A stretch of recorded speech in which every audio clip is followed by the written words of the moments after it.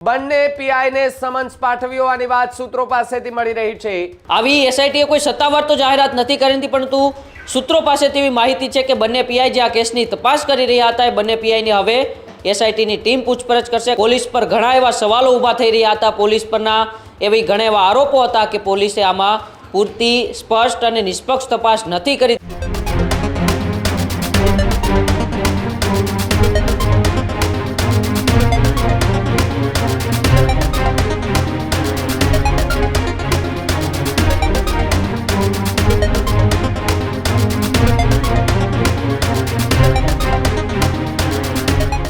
નમસ્કાર, આપ જોઈ રહ્યા છો ન્યૂઝ રૂમ ગુજરાત અને આપની સાથે હું છું ભાવિક। મહત્વપૂર્ણ સમાચારો પર નજર કરી આ બુલેટિનમાં તો ભાવનગરના બગદાણાની બબાલને લઈને સૌથી મોટા સમાચાર અત્યારે સામે આવી રહ્યા છે કે જ્યાં બગદાણાના નવનીત બાલધિયાને મારવાના કેસમાં નવો વળાંક જોવા મળી રહ્યો છે। નવનીત બાલધિયાના કેસની તપાસ માટે એસઆઈટીની ટીમ જે છે તે બનાવવામાં આવી છે। કેસની તપાસ કરતી એસઆઈટીની બંને પીઆઈને સમન્સ પાઠવ્યો હોવાની વાતને જાણકારી સૂત્રો પાસેથી મળી રહી છે। બગદાણાના પીઆઈ ડાંગર અને પીઆઈ પટેલને એસઆઈટીએ સમન પાઠવ્યું છે તેવી વાત સૂત્રો પાસેથી મળી રહી છે। આગામી 17 તારીખે ભાવનગર રેન્જ આઈજી ઓફિસે હાજર થવા માટેનું સમન્સ જોવા મળી રહ્યું છે। આ વાત સૂત્રો પાસેથી પણ મળી રહી છે। ત્યારે પીઆઈને સમન્સને લઈને એસઆઈટી દ્વારા કોઈ સત્તાવાર જાહેરાત જે છે તે નથી કરવામાં આવી તેવી પણ વિગતો જે છે તે હાલ મળી રહી છે। ત્યારે બગદાણાનો ખૂબ ચર્ચિત કેસ અને કેસની અંદર સૌથી મોટો વળાંક જે છે તે જોવા મળી રહ્યો છે। નવનીત બાલધિયાના કેસની તપાસ માટે એસઆઈટીની ટીમ જે છે તે રચી દેવામાં આવી હતી। અલગ અલગ દિશામાં તપાસ હાથ ધરતી હતી ત્યારે કેસની તપાસ કરતી એસઆઈટીએ બંને પીઆઈને સમન્સ પાઠવ્યો હોવાની વાત સૂત્રો પાસેથી મળી રહી છે। બગદાણાના પીઆઈ ડાંગર અને પીઆઈ પટેલને એસઆઈટીએ સમન્સ પાઠવ્યો હોવાના સૂત્રો પાસેથી અત્યારે સમાચાર જે છે તે મળી રહ્યા છે। આગામી 17 તારીખે ભાવનગર રેન્જ આઈજી ઓફિસે બંનેને હાજર થવા માટેનું ફરમાન કરવામાં આવ્યું છે તેવી પણ વિગતો જે છે તે હાલ સૂત્રો પાસેથી મળી રહી છે।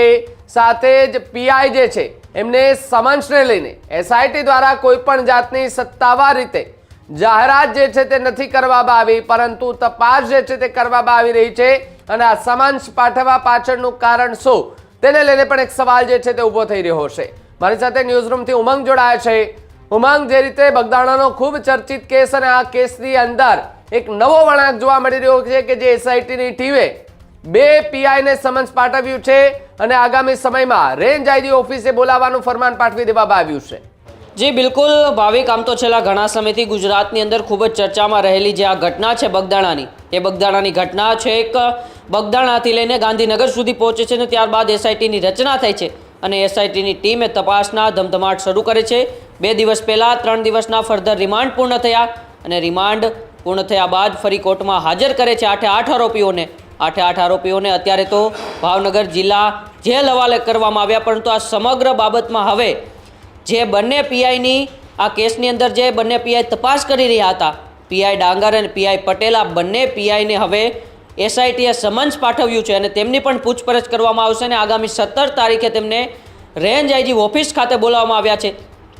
આવી એસઆઈટીએ કોઈ સત્તાવાર તો જાહેરાત નથી કરી, પરંતુ સૂત્રો પાસેથી એવી માહિતી છે કે બંને પીઆઈ જે આ કેસની તપાસ કરી રહ્યા હતા એ બંને પીઆઈની હવે એસઆઈટીની ટીમ પૂછપરછ કરશે, કારણ કે આ કેસની અંદર પહેલેથી લઈને પોલીસ પર ઘણા એવા સવાલો ઊભા થઈ રહ્યા હતા, પોલીસ પરના એવી ઘણા એવા આરોપો હતા કે પોલીસે આમાં પૂરતી સ્પષ્ટ અને નિષ્પક્ષ તપાસ નથી કરી, તેને લઈને એસઆઈટીની રચના કરવામાં આવીને એસઆઈટી જ્યારે આ સમગ્ર કેસની તપાસ કરી રહી છે ત્યારે હવે એસઆઈટીએ આરોપીઓ બાદ આરોપીઓના પહેલાં તો કોલ રેકોર્ડિંગ પણ તપાસ્યા હતા, આરોપીઓના ફોનના એફએસએલ પણ કરવામાં આવ્યા હતા, ત્યારબાદ ઘટના સ્થળના આસપાસના સીસીટીવી પણ તપાસવામાં આવ્યા, પરંતુ હવે કોઈ એવા ઠોસ પુરાવા ન મળતા હવે એસઆઈટીની તપાસના ધમધમાટનો જે દોર છે એ પીઆઈ જે બંને પીઆઈ આ કેસની તપાસ કરી રહ્યા હતા એ બંને પીઆઈ સુધી પહોંચ્યો છે। કારણ કે હીરા સોલંકી જ્યારે હોસ્પિટલમાંથી નિવેદન આપે છે ને ત્યારબાદ પીઆઈ ડાંગરને આ કેસમાંથી દૂર કરવામાં આવે છે, ત્યારબાદ ડીવાયએસપી રીમા ઝાલાને પણ આ કેસમાંથી દૂર કરવામાં આવે છે। એટલે પોલીસ પર આમ તો આ જ્યારથી આ ઘટના બની છે ત્યારથી અનેક સવાલો ઊભા થઈ રહ્યા છે। ભાવનગર પોલીસને પોતાની સ્પષ્ટ છબી ઊભી કરવાનો પણ આ એક મોકો છે કે જ્યારે એસઆઈટીની ટીમે તેમને સમન્સ પાઠવ્યું છે એટલે કે યોગ્ય પૂછપરછ એ બંને પીઆઈની પણ થશે કે શું કોઈના દબાવમાં આવીને, શું કોઈના કહેવાથી આ કેસની અંદર યોગ્ય તપાસ નથી કરવામાં આવી કે શું, એ તમામ પ્રકારની હવે સવાલો છે એસઆઈટીની ટીમે તમામ બેને પીઆઈ છે, પીઆઈ ડાંગર ને પીઆઈ પટેલ, તેમને પૂછશે.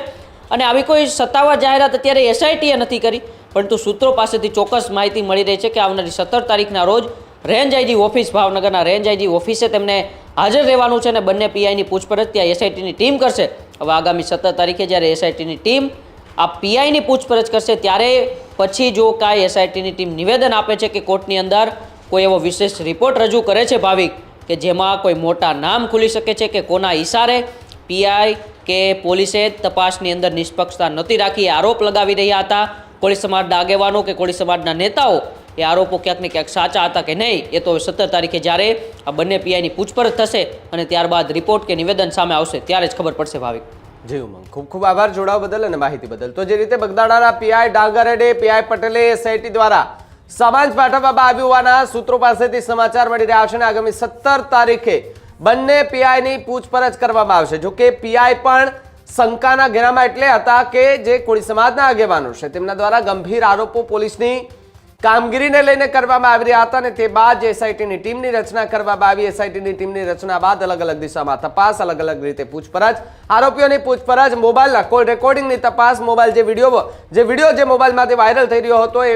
મોબાઈલના FSLના રિપોર્ટ જે છે તે પણ એ ટૂંક સમયમાં આવશે અને તે પણ કોર્ટમાં જમા થશે, રાજ્ય સરકારને આપવામાં આવશે, એ આખો રિપોર્ટ સોંપવામાં આવશે. ત્યારબાદ આગામી સમયમાં એ શું મોટા ખુલાસા થાય છે અને શું નવા વળાંકો આ કેસની અંદર આવે છે અને કોની કેટલી મુશ્કેલીમાં વધારો થાય છે આવનાર સમયમાં, એ હવે આવનાર સમય આવશે ત્યારે ખબર પડશે. પરંતુ સૂત્રો પાસેથી અત્યારે માહિતી મળી રહી છે કે જે બંને પીઆઈ છે એ ડાંગર અને પીઆઈ પટેલ, એ બંનેની પૂછપરછ જે છે તે આગામી 17 તારીખે થાય તેવી પૂરેપૂરી શક્યતાઓ જોવા મળી રહી છે.